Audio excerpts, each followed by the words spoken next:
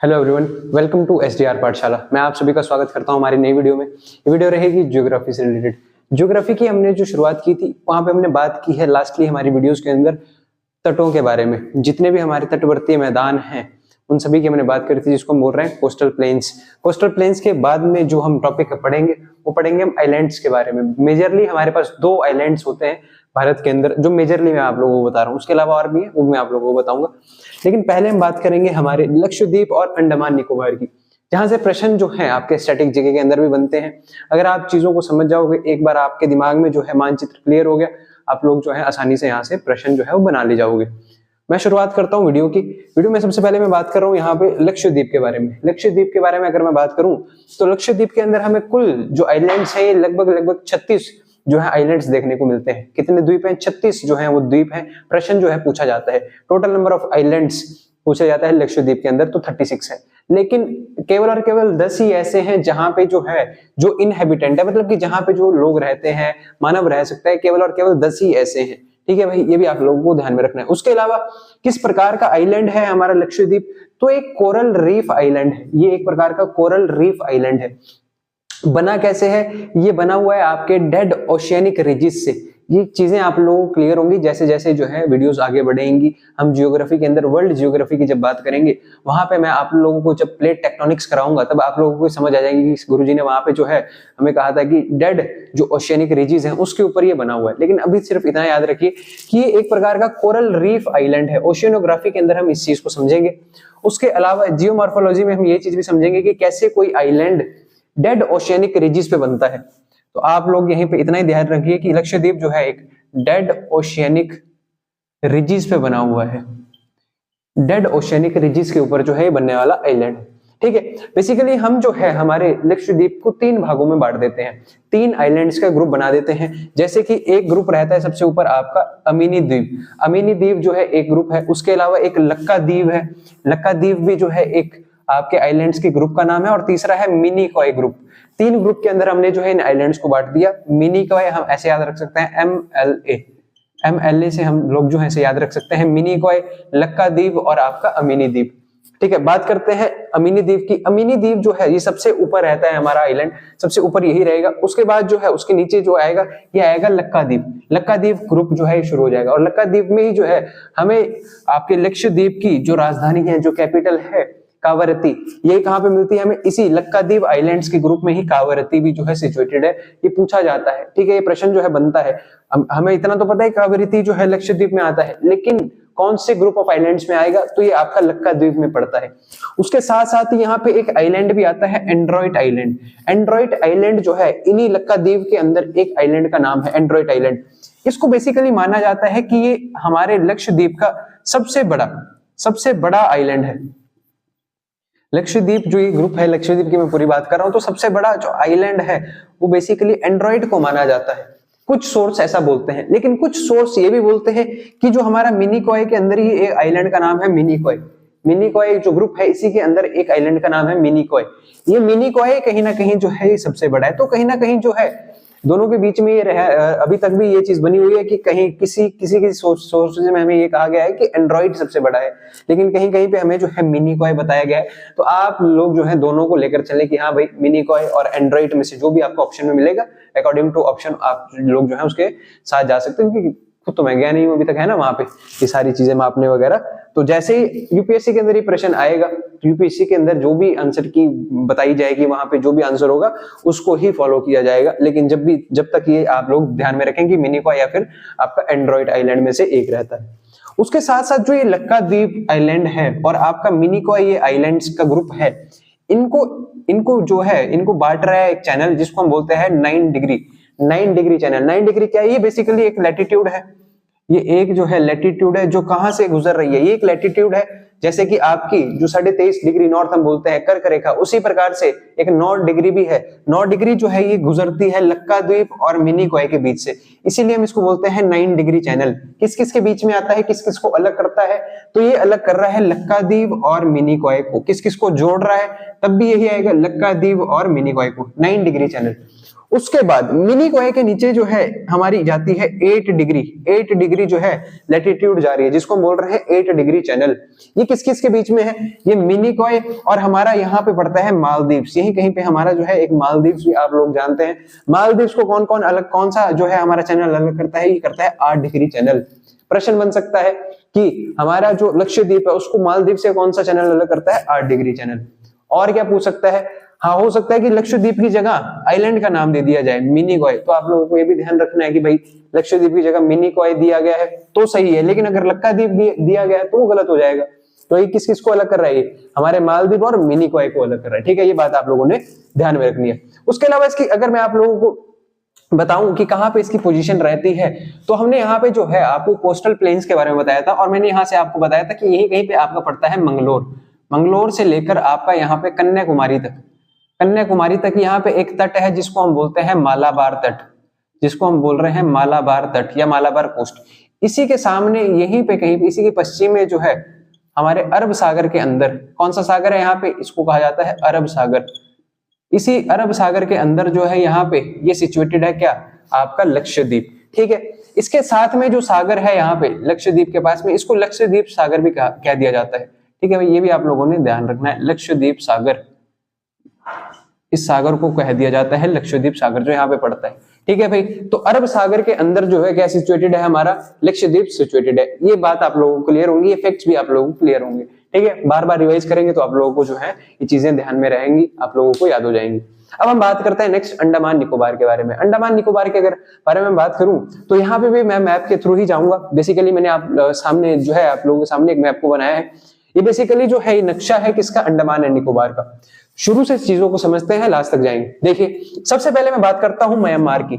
यहाँ पे कहीं पे जो है म्यांमार का ही एक आइलैंड आता है सबसे पहले हमारे अंडमान निकोबार के नॉर्थ में, इसका नाम है कोको आइलैंड। जो ये आइलैंड आप लोगों को सबसे ऊपर दिख रहा है, ये कोको आइलैंड है इसका नाम। आइलैंड का नाम किसके अंडर है? ये म्यांमार का कब्जा इसके ऊपर है, म्यांमार के अंडर ये आइलैंड है। उसके बाद जो है उसी के नीचे एक और आइलैंड छोटा सा यहाँ पे आप लोगों को देखने को मिलता है, ये है लैंडफॉल आइलैंड। इस आइलैंड का नाम रहता है लैंडफॉल आइलैंड। ये लैंडफॉल आइलैंड जो है ये भारत के ही अंडर है, मतलब कि भारत के अंडमान एंड निकोबार के ही साथ में रहता है। बेसिकली अंडमान का ही भाग इसको माना जाता है, अंडमान का ही भाग जो है इस लैंडफॉल आइलैंड को माना जाता है।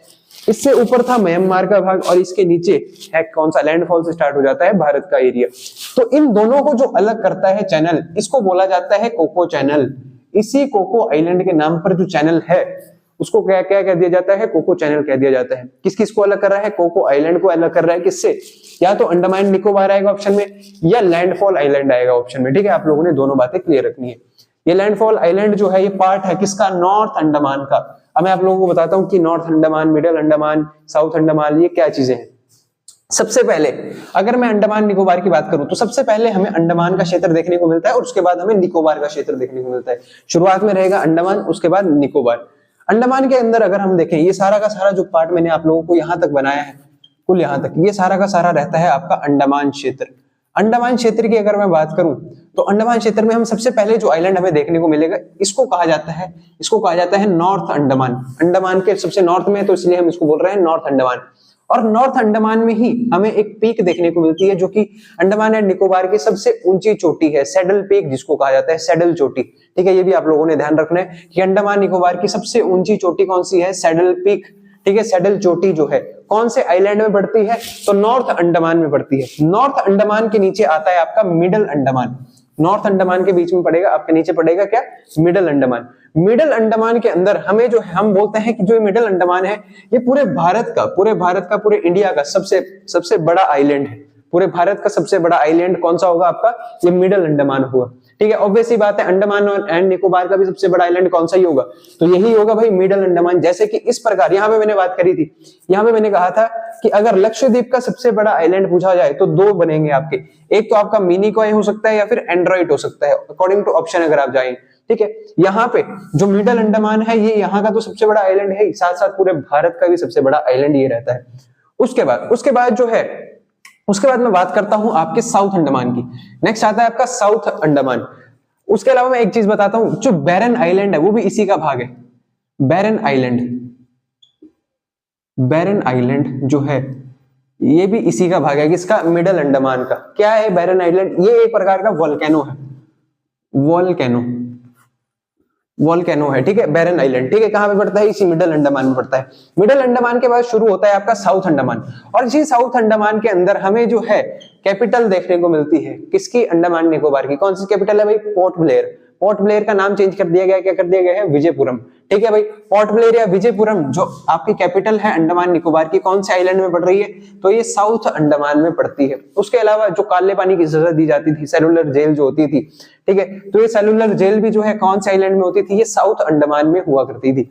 नेक्स्ट मैं बात करता हूं, ये लास्ट भाग आता है आपका अंडमान का, जिसको हम बोलते हैं लिटिल अंडमान, ठीक है। यहाँ पे जो है अंडमान का क्षेत्र खत्म हो जाता है। ये लिटिल अंडमान के बाद जो शुरू होगा, ये निकोबार का क्षेत्र शुरू होगा। ये जितना एरिया मैंने आप लोगों का यहाँ तक बनाया हुआ, ये निकोबार का क्षेत्र है, ठीक है भाई। तो लिटिल अंडमान जो है, यहाँ पे अंडमान का पोर्शन खत्म हो जाता है। उसके बाद निकोबार शुरू होता है। सबसे पहले जो आइलैंड आएगा निकोबार का, उसको कहा जाता है कार निकोबार। उसको क्या कहा जाएगा, कार निकोबार कहा जाता है। और दोनों के बीच में एक चैनल है, दोनों के बीच में जो है एक चैनल है। प्रश्न क्या बन सकता है, अंडमान और निकोबार को कौन सा चैनल अलग करता है, कौन सा चैनल जोड़ता है, 10 डिग्री चैनल। ये भी प्रश्न बन सकता है कि लिटिल अंडमान को कार निकोबार से कौन सा चैनल अलग करता है, तब भी आंसर क्या रहेगा, 10 डिग्री चैनल, ठीक है। ये भी बात आप लोगों ने ध्यान में रखनी है। या तो कंप्लीटली अंडमान और निकोबार बोल दिया जाएगा, या स्पेसिफिकली जो है आपके आइलैंड का नाम दे दिया जाएगा, लिटिल अंडमान और कार निकोबार। कौन सा चैनल जोड़ रहा है या अलग कर रहा है, 10 डिग्री चैनल जो है अलग कर रहा है।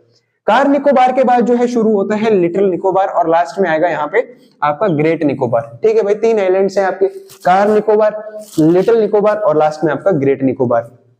ग्रेट निकोबार के बाद जो है आइलैंड जो शुरू होता है, इसको कहा जाता है सुमात्रा आइलैंड, ठीक है। आप लोगों ने सुना भी होगा इसके बारे में, सुमात्रा आइलैंड, ठीक है। इंडोनेशिया का ये भाग है, इंडोनेशिया का ये भाग है। ग्रेट निकोबार से नीचे आता है ये सुमात्रा आइलैंड, और दोनों के बीच में जो चैनल पड़ता है, इसको कहा जाता है 6 डिग्री। 6 डिग्री जो है हमारी लैटिट्यूड यहाँ से गुजर रही है, जिस प्रकार से यहीं से जो है 10 डिग्री लैटिट्यूड गुजर रही थी, इसी के नाम पे जो है चैनल का नाम भी पड़ गया 10 डिग्री चैनल।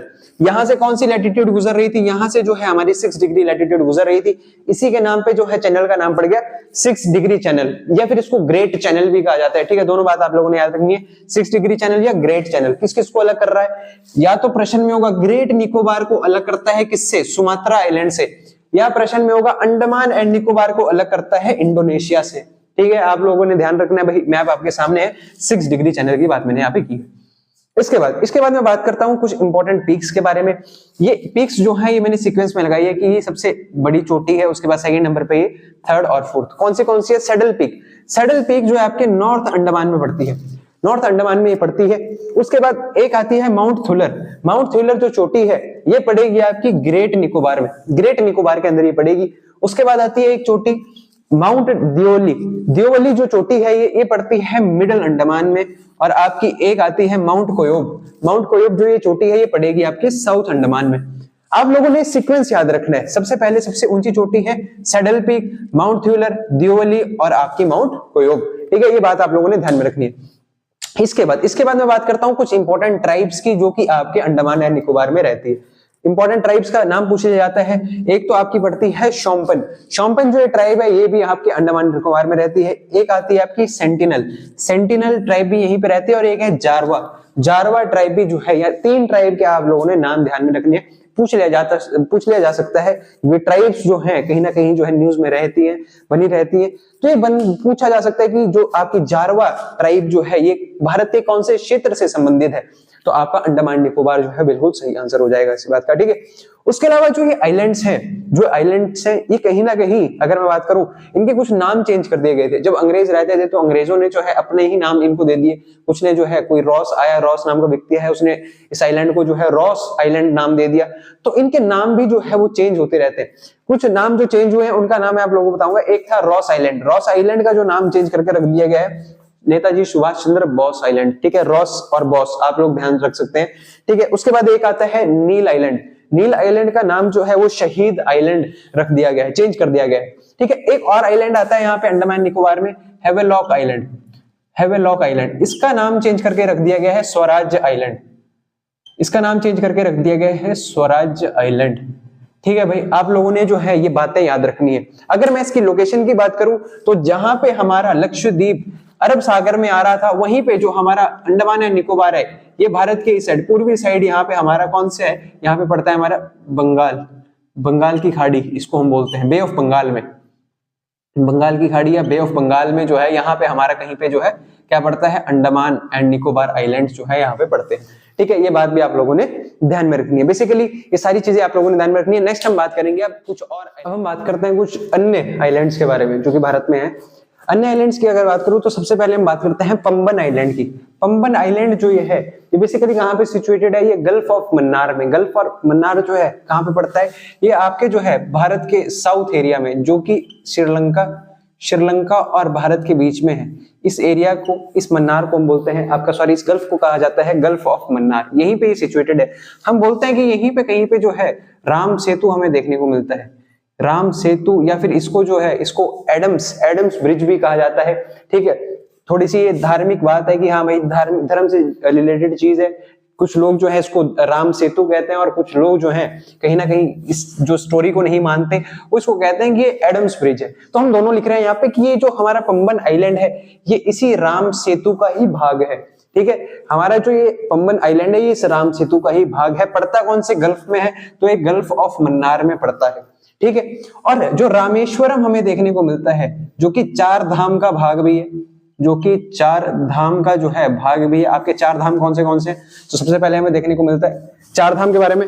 ठीक है, तो सबसे पहले हम बात करते हैं कि आपके उत्तराखंड के 4 धाम अलग हैं और हमारे भारत के, इंडिया के 4 धाम अलग। ठीक है, आप लोगों को ये बात पता ही है। ठीक है, तो ये अलग अलग चीजें, जैसे कि आपका यहाँ पे जो है जगन्नाथपुरी आ जाएगा, द्वारका आएगा, एक आपका रामेश्वरम है, एक आपका बद्रीनाथ है। तो ये भारत के 4 धाम बन जाएंगे। और अगर मैं उत्तराखंड की बात करूं तो ये आपका बद्रीनाथ, केदारनाथ हो जाएगा, यमुनोत्री हो जाएगा और चौथा आएगा आपका गंगोत्री। तो ये 4 जो धाम है ये उत्तराखंड के अलग है और भारत के 4 धाम ये अलग है। ठीक है, तो कहीं ना कहीं रामेश्वरम जो है ये भारत के 4 धाम का ही भाग है। ठीक है भाई, कौन से आइलैंड में पड़ता है, तो पंबन आइलैंड में ये पड़ता है। ठीक है, आप लोगों ने ध्यान में रखना है। ठीक है, पंबन आइलैंड आप लोगों को क्लियर होगा, मैं आप लोगों को जो है इसकी लोकेशन भी बता चुका हूं कहां पे पड़ रही है। ठीक है, उसके बाद बात करते हैं न्यू मूर आइलैंड की। न्यू मूर आइलैंड जो है ये एक प्रकार का डेल्टिक आइलैंड है, डेल्टा के द्वारा जो है निर्मित होता है। ठीक है, आपकी गंगा और ब्रह्मपुत्र नदी का जो डेल्टा है वहीं पे जो है ये हमें पड़ता है न्यू मूर आइलैंड। बेसिकली सिचुएटेड कहां पे है, तो बे ऑफ बंगाल में ये सिचुएटेड है। ठीक है, और ये डिवाइड होता है किस किस के बीच में, इंडिया और बांग्लादेश के बीच में जो है ये डिवाइड होता है। मेजर जो पार्ट रहता है जो आपके न्यू मूर आइलैंड का ये बांग्लादेश में पड़ता है। ठीक है, लेकिन जो भाग इंडिया के पास है वो कहीं ना कहीं सबमर्ज्ड है, वो जो है वो सबमर्ज्ड हो चुका है, जलमग्न भाग आता है न्यू मूर आइलैंड का, लेकिन है तो हमें याद रखना पड़ेगा। ठीक है, नेक्स्ट हम बात करते हैं माजुली आइलैंड के बारे में। इसके बारे में आप लोग जानते हैं, ब्रह्मपुत्र नदी के द्वारा जो है ये सबसे पूरे विश्व का सबसे बड़ा रिवर आइलैंड है। ये पूरे विश्व का सबसे बड़ा जो है ये रिवर आइलैंड है। कौन सी नदी के द्वारा बनाया जाता है, तो ये बनाया जाता है हमारी ब्रह्मपुत्र नदी के द्वारा जो है ये बनाया जाता है।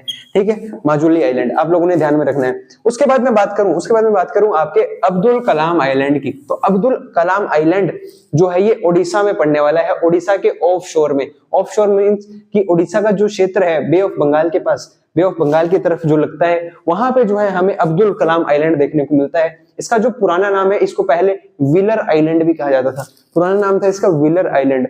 अभी कौन कंट्रोल करता है इस अब्दुल कलाम आइलैंड को, तो ये आइलैंड जो है उड़ीसा में पड़ने वाला है, इसको कंट्रोल किया जाता है डीआरडीओ के द्वारा। डीआरडीओ के द्वारा ये कंट्रोल किया जाता है और यहाँ पे डीआरडीओ के द्वारा जो है मिसाइल टेस्टिंग वगैरह के लिए इस्तेमाल किया जाता है इस एरिया को। ठीक है भाई, नेक्स्ट आता है आपका श्रीहरिकोटा आइलैंड। इसके बारे में आप लोग जानते ही हैं, इसरो के द्वारा ये कंट्रोल किया जाता है। कहां पे पड़ता है, तो आंध्र प्रदेश में ये पड़ता है।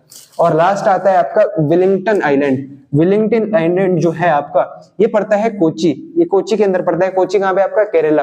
कोची भी जो है इसी आइलैंड में सिचुएटेड है। ठीक है, केरला का जो है ये हमें देखने को मिलता है क्या, ये आइलैंड विलिंगटन आइलैंड।